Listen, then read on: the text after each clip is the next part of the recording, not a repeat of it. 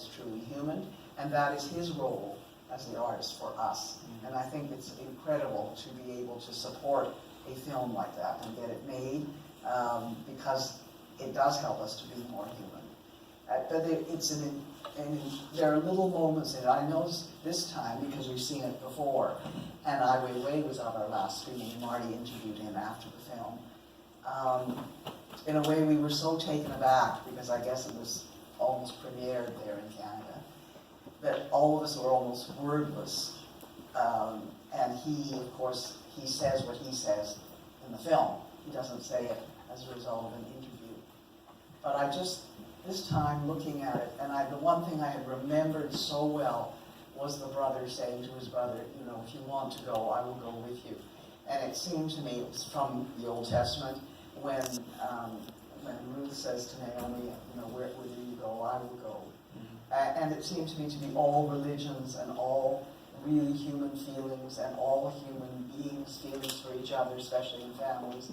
And that just, again, even though I heard it and I was thinking, you know, will I cry again when I see it? I did. Mm-hmm. And the moments that he catches in everything, and yet we have the responsibility of looking at that and thinking, what can we do about that?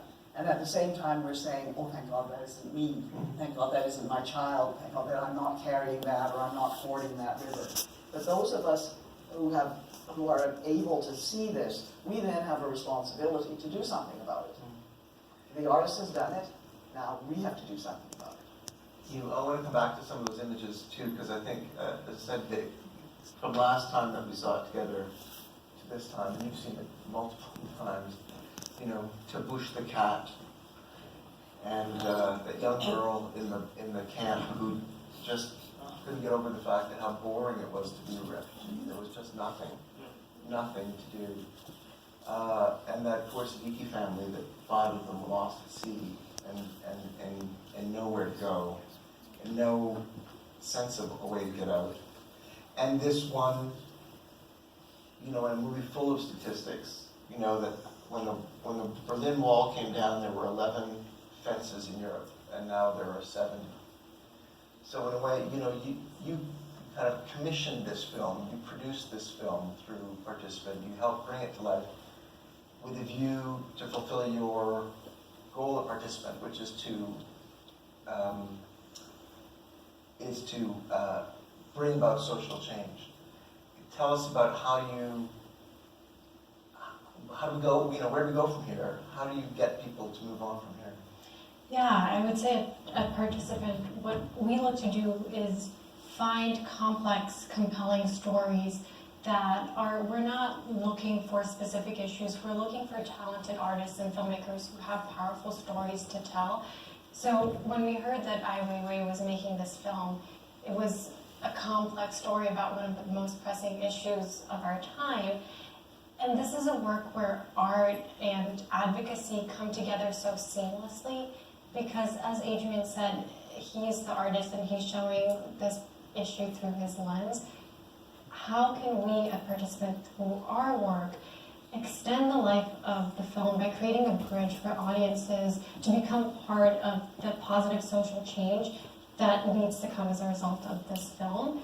So in many ways, we see our audiences as the accelerants of change, as the ones who are going to take on the work of doing something about what they've seen, whether that means audiences who go to the theaters, whether it's audiences of policymakers and business leaders and NGOs who we brought into our campaign to say this is a complex issue, it looks different around the world. So the approach that we took in the US, which was focused on integration, was different than the approach in Europe, which was very much about direct aid from a human and somehow, as much as we can, be understanding and empowering perspective of their kids who are just born, and that's part of the experience, but how can we bring that in? And the way that we did that was through inspiring conversations and trying to build as much direct aid in the way that it was appropriate in different political and social contexts. How did people, for instance, in Paris or in Berlin react to this film? I mean, what kind of outpouring was there, or was there? think that the response was very varied. I think there are people, and myself included, my family and I were refugees. You look at this film and you say, this is an homage to my experience, and this is it. Then there are other people where, for whatever reason, their views are not in favor of refugees being integrated and being a part of their communities, and they don't understand the argument of long-term integration, however you present it. So you do see that, and the film does help bridge a little bit. So if you have that person sitting through the film and maybe understanding it from a different lens, even if they come out of it saying, I don't know what my position is, but you've had this immersive experience, and over time that can have a lasting effect that maybe we don't see right this moment. So you're willing to go for the long term. I mean, participant films is after all a business, and businesses have to make a profit, and they have to, make money at the box office and so on. So you're willing to put that thing into a more long term? Our campaigns, typically, we're trying to expand the life of campaigns, understanding that the impact that art has is, you can't put a time frame on it. So we're trying to elongate our work as much as possible, but even if we're not actively hosting events or doing digital activations or covering, our work in a more in a greater amount, you still hear people over time talking about their experience with the film, and that's part of its everlasting impact. In a way, it's what we do Yeah. through 6 Degrees. We're trying to, we start the conversation, and we keep the conversation going. We create the discourse, and we create a forum for the discourse. And also, what is lovely about the film, too, is the implication of the artist in the film. There you see Ai Weiwei having his hair cut, and then he cut somebody else's hair, and he's taking selfies all the time, and he's taking videos all the time, which he loves to do. The child of a young adolescent of a friend of mine from France got on a plane in Air France, and she sat there, and suddenly she realized this Chinese man sitting next to her was Ai Weiwei. So she said to him, "Are you Ai Weiwei?" And he said, "Yes, you want to have a selfie with me?" And his openness, I think then the humanity of this is a wonderful kind of thing as well. So when you are doing films like that, I would think that the essential thing that you want to get to always is the humanity. And you want to be able to bridge that for other people. It's so easy to see refugees or other people, even if you've had it in your own background, and for a lot of people it is 3 generations away. Today, Fawzia was saying at Westminster in our citizenship ceremony, something was really interesting, that a lot of refugees have both a kind of superiority feeling, I've got here, I've been able to do this, and then matched with that is a equally deep insecurity that somehow it will always be taken away from you. I mean, as a refugee myself, I was 3, and we came to this country with only a suitcase each, and my mother was always, and she didn't even know how to cook. She had never gone into the kitchen. The cook used to come to her and say, well, what are we going to eat today? And that's not unusual in the 30s in a place like Hong Kong. And she learned to cook at great price. And then she would always say, we have to be prepared that this might happen to us again. And what would we do? And she said to me, if you have to be a domestic servant, because I don't know if people know this, but in Canada after the war, we took a lot of what we call displaced people from Europe, and they had to either go and work on a farm for a year or be a domestic servant for a year, which was kind of interesting because not many people in Canada had domestic servants, but a lot of people did. And my mother said, if we have to be domestic servants, go somewhere, she said, you should be a cook and not be a housekeeper or in the front, because you don't get along well enough with people and are not nice as a front of house person. So you learn to cook. And I did. And in the back of my mind, even though I love to cook and I love food, in the back of my mind is, thank you very much, my husband thinks I'm a good cook. In the back of my mind is, if I had nothing, I could go and I could cook. I could cook for somebody. I could cook for somebody's house, 3 meals. It's in my mind that I can do that. And it gives me security. There's a young woman in my office whose parents were refugees. Her father was a refugee from Korea, and her mother came from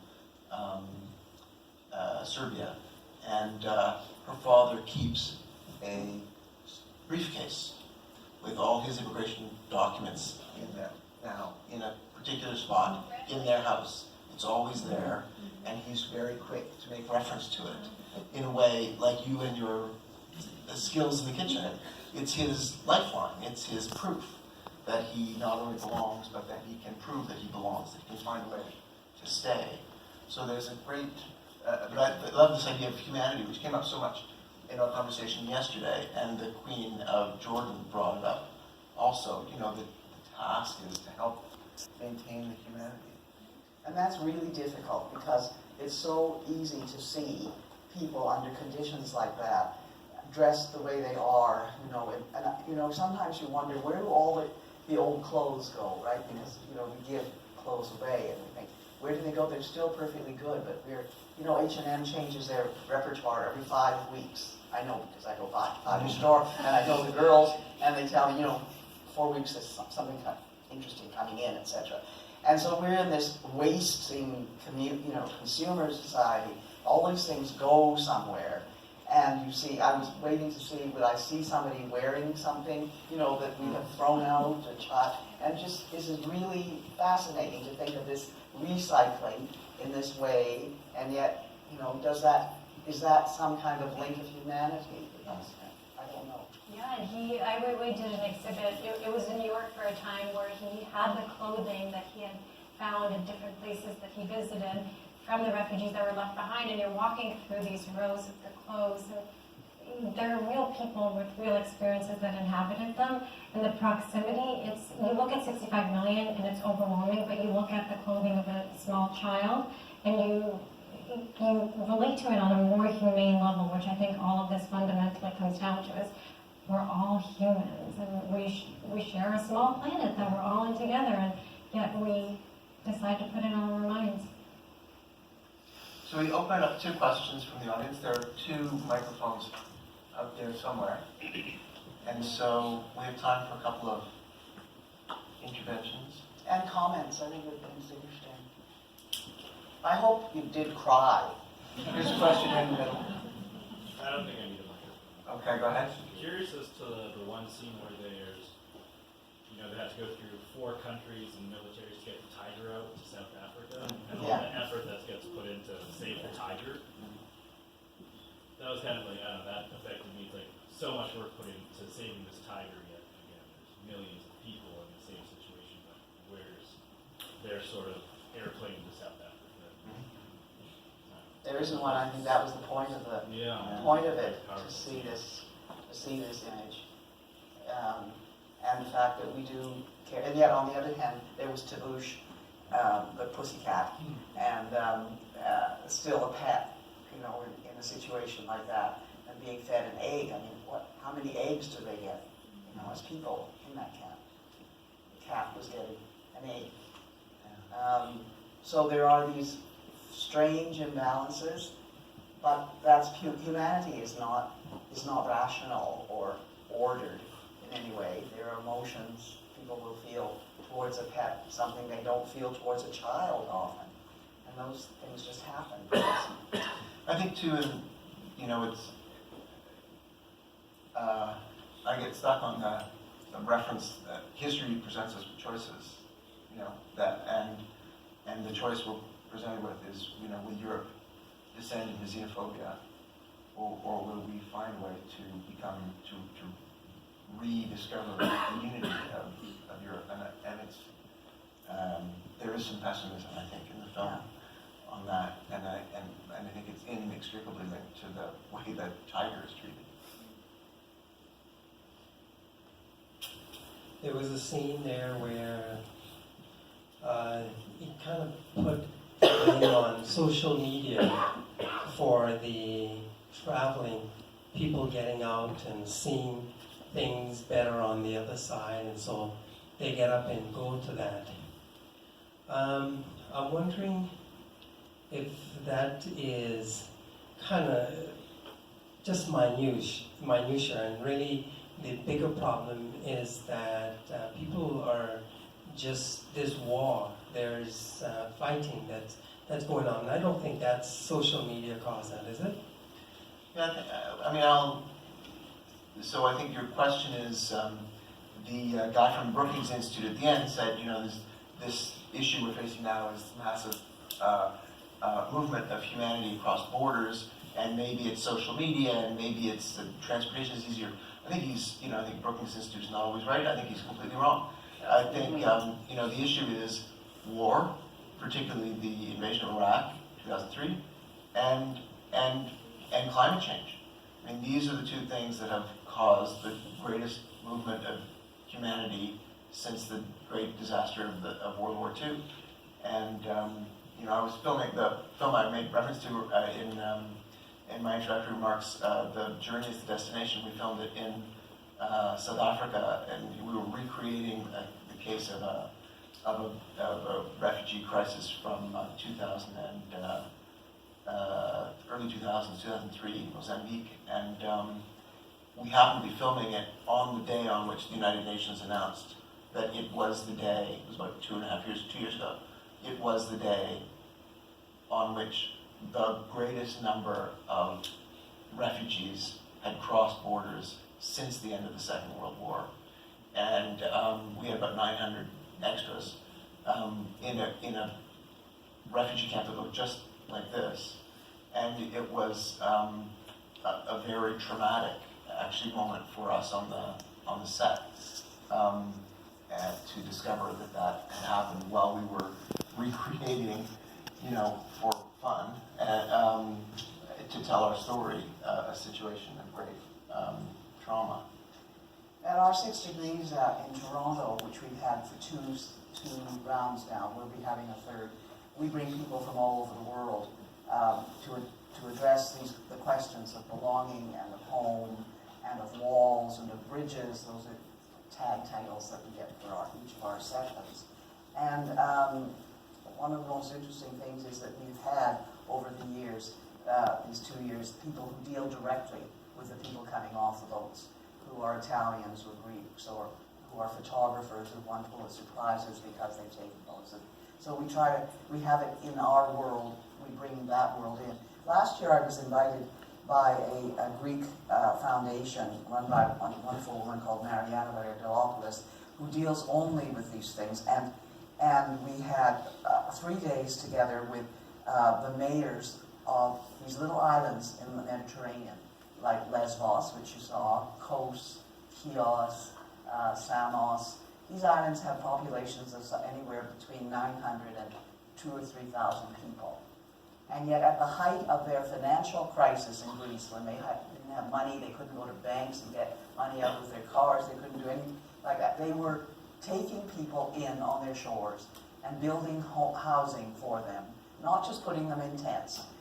Because as the mayors said, we had a panel of mayors, it was so fascinating listening to them, we are human beings and we wouldn't want to live like that, so we can't let other people live like that. And when they had nothing, and going to Athens, in the main square there, you saw people coming with bundles of clothing and things to sort and saying to the people who were doing it, is this good enough? Is this all right? Is this all right? Trying to help, even in a time where they had drastic financial need. The other thing is, John and I were saying to each other the other day that our lifetime, we remember the war when we were very little, and then we've lived a lifetime of growth, incredible economic expansion and wealth, and we've been able to do what we want to do in our rich developed countries and so on. And we grew up little, knowing about Hitler and knowing about the Holocaust and all the hideous things. And I remember seeing people arriving in Canada and in Ottawa, where I grew up, with tattoo numbers on their hands and having that explained to us at school and what that meant. And here we've lived our lives, the lifespan, 3, 4 years and 10, saying, and it's all going back to that. That is really discouraging. So you just have to forge ahead and hope that somehow, what you're doing will make some difference somewhere, because you can't just stay still and let that be the only voice.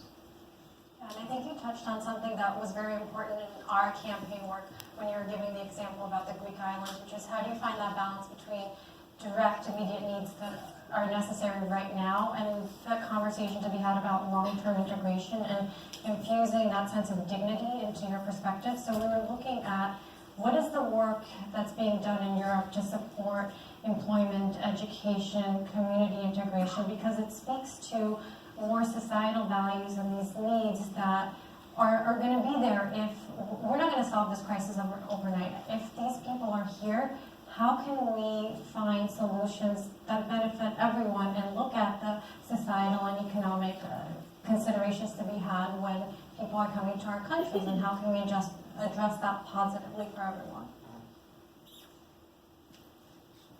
Over here, Miles, Yes, and one at the top there. thank you.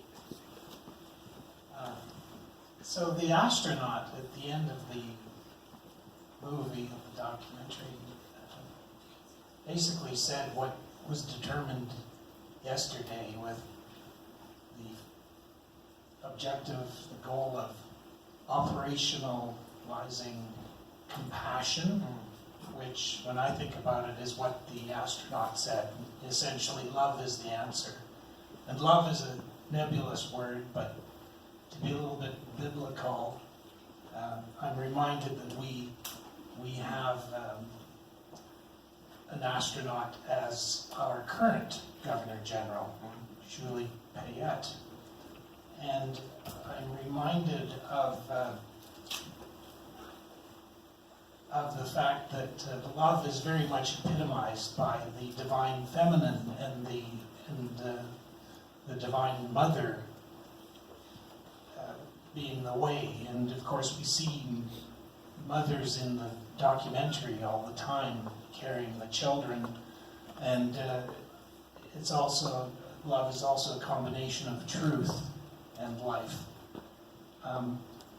So to that end, I'm thinking that you cannot extract truth from love, and that truth is actually how we attend to our cognitive dissonance. Noted psychologist that said that's how you solve your heart issues, is to be truthful. So in creating art like we've seen today, truth is at the core.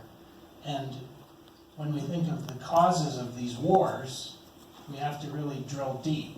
So, another source of cognitive dissonance for me is that I'd never heard that John F. Kennedy, just prior to his being assassinated, called for a peace race. I've always heard of his call for a space race. But it just struck me, just not too long ago, I'd heard he'd also called for a peace race. So I wonder if you want to talk to the issue of really drilling into truth as to finding the source for these conflicts, and the need to be bold, not to be apathetic or abdicate or live in willful ignorance. Well, that's a big question. But I think in a way you alluded to that in the context of your first remark, which was about the role of art in society. And Yeah, and I also think that that's why culture is so important, and we emphasize culture at the Institute for Canadian Citizenship and through 6 Degrees, why we have the Cultural Access Pass, for instance, because by seeing what people have created, or what they have chosen to preserve, or what they are creating, like the actual things, and I don't make a difference between high and low art, between pop music and classic music. It's music. You either get it or you don't get it. And it's, to me, it's really about how that shows that there is a thread of what we lamely call civilization through the evolution of our humanity. And culture is that iron cord, golden cord perhaps rather, that we all cling to and understand and feel related to once we have the chance to see it, if you, or to feel it, or to hear it. If you don't have that chance, then you'll never know what you missed. That you can live a perfectly reasonable physical life without that.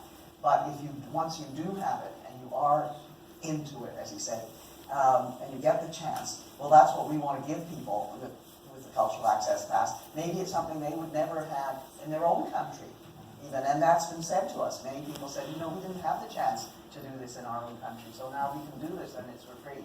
And that's wonderful to think that they now feel that. And I always, that was the root of the Cultural Access Pass, because I've always felt that the children were taken by public schools to museums. And I'm always worried about the parents of new Canadians, for instance. They're working on assembly lines in factories, in offices, driving cabs or whatever.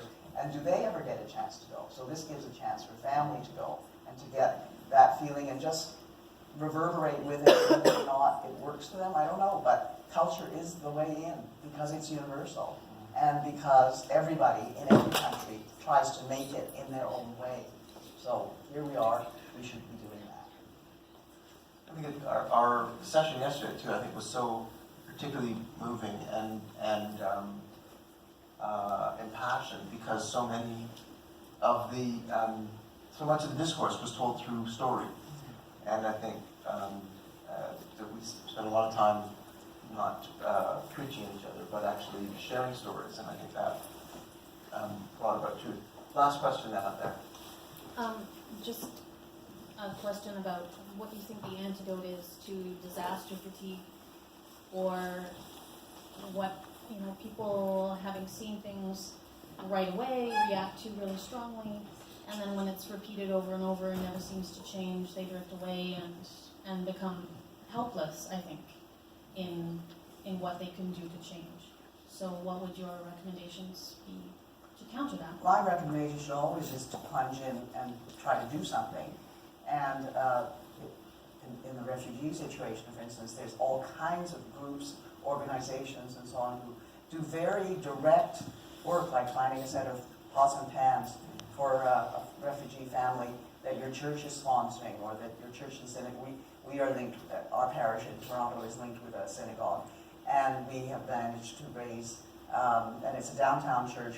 Our church has only got 200 parishioners, but linking with the synagogue, we've been able to bring 2 families, and you have to raise about $35,000 to bring a family. So we've been able to raise that, plus we were able to do things like give extra furniture, all of those things. Doing very practical, minute things, I think, is the antidote for everything.